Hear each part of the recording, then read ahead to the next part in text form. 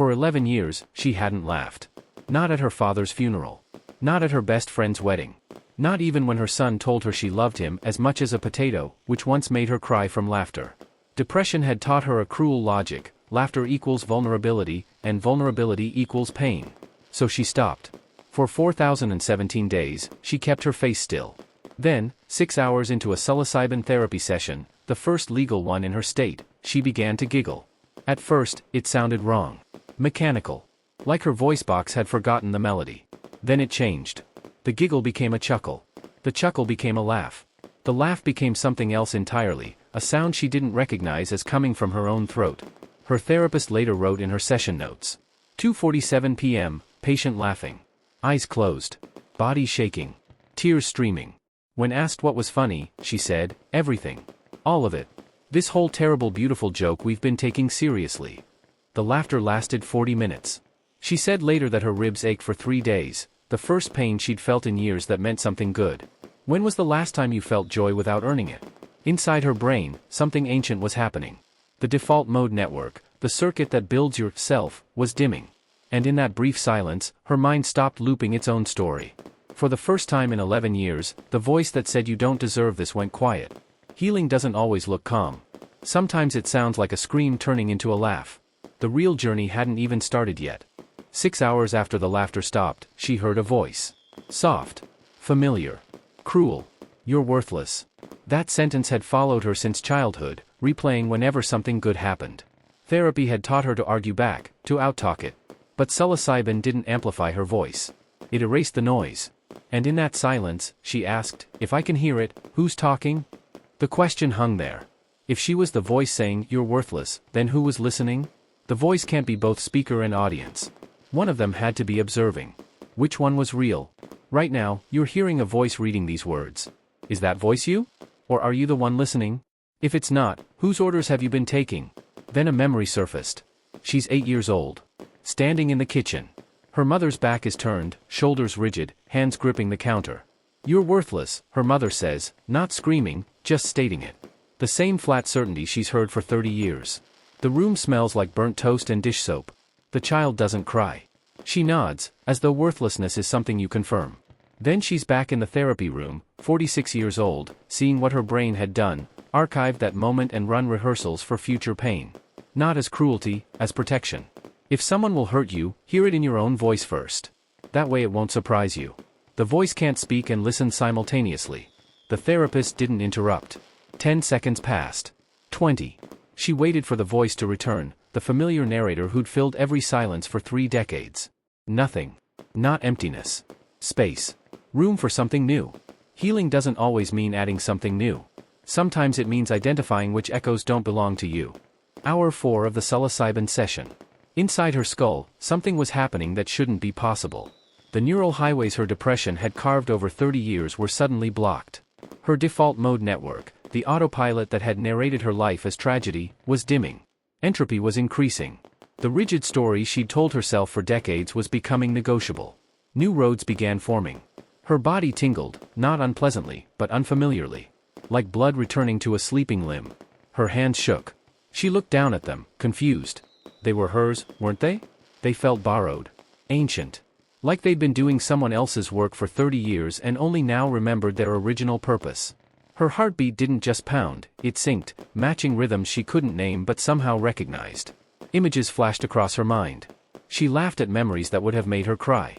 She wept at jokes that hadn't been funny in decades. Later, she couldn't say how much later, time had become negotiable, she reached for her notebook. Words flowed faster than her hand could form them. Each sentence a discovery. Each idea unfamiliar, yet undeniably hers. Have you ever had a thought that felt like it came from someone else, or worse, felt like it should be yours but isn't? Healing isn't tidy. It isn't linear. It's a city under construction, streets collapsing, bridges rising, traffic rerouted, all while the lights never go out. She wasn't thinking new thoughts. She was thinking differently. And that made all the difference. 8 weeks after the session, she still remembered the laughter. How her ribs had ached for 3 days. How the cruel voice, her mother's voice, not hers, had gone silent. But silence doesn't mean healed. It means space. And space needs to be filled consciously, or the old voice returns. Week 1, she opened her daughter's bedroom door. Just stood there. Didn't clean, didn't cry, didn't close it again. Just stood. That was new. Week 3, she laughed at a sitcom. Then immediately cried, not from sadness, but from recognizing laughter. She'd forgotten what it felt like to be ambushed by joy. Week 7, the cruel voice returned during a work meeting. You don't belong here.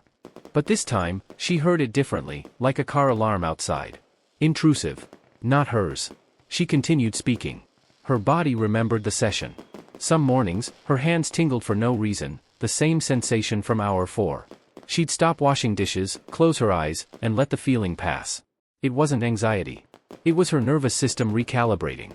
She walked differently. Shoulders back. Not from confidence, from curiosity about what her body felt like when it wasn't braced for attack. Her default mode network, the voice that had narrated her life as tragedy, was dimming. Entropy increased. The rigid story she'd told herself for 3 decades became negotiable. New neural roads began forming. Which of your daily thoughts are actually yours, and which are you just repeating from people who hurt you years ago? The work wasn't over. Some days the cruel voice returned at full volume. Some days her hands shook for no reason she could name. But now she knew, healing isn't reaching a destination. It's learning to navigate the city while it's still under construction. She wasn't cured. She was capable. And that made all the difference. Compass Pathways, backed by major investors, pursued patents around a crystalline polymorph of psilocybin and related methods that critics argued risked enclosing prior public domain knowledge. Third-party submissions prompted examiners to narrow claims, but concerns remained. Could patents restrict competing therapies or basic components of psychedelic care, even as trials showed promise? In Huautla de Jimenez, Mexico, Maria Sabina's great-niece watched on a borrowed phone. The Mazatec legacy, mushroom ceremonies as teachers, guides, spirits, remained intact, despite Gordon Wasson's 1957 Life magazine article publicizing the rituals to the West. The extractive attention and ongoing debates about cultural appropriation were tangible. They're trying to own a spirit that never belonged to them, she said. Science proves psilocybin works: depression, PTSD, addiction, neuroplasticity. But transformation without wisdom, context, or equitable access is fragile. Without careful limits, IP can outpace cultural respect and turn emerging therapies into new hierarchies of suffering rather than bridges to relief. The woman who laughed for 40 minutes after 11 years of silence benefited from a university study, free and ethically guided. If Compass patents had blocked access, she might never have had that session. Her daughter might never have seen her mother laugh. Mushrooms don't recognize borders or patents, humans do. The ethical question of the psychedelic renaissance is clear: can ancient wisdom and modern science coexist without commodifying what was never meant to be owned? Can transformation be equitable, or will it reinforce new hierarchies of access and privilege? Coverage of the patent disputes, community objections, and Mazatec advocacy underscores a fundamental tension. Who owns the mind, the medicine, and the story of human transformation? Transformation is possible. We've seen it. A woman laughed for 40 minutes after 11 years of silence. She felt her hands belonged to her again. Her mind rewrote itself. But individual change exists within systems. Access is uneven. Wisdom can be appropriated. The Mazatec have taught for millennia. Silicon Valley patents and commercialization can obscure that lineage. Science can work, but without justice, transformation becomes a privilege. The body can relearn. The mind can rewire.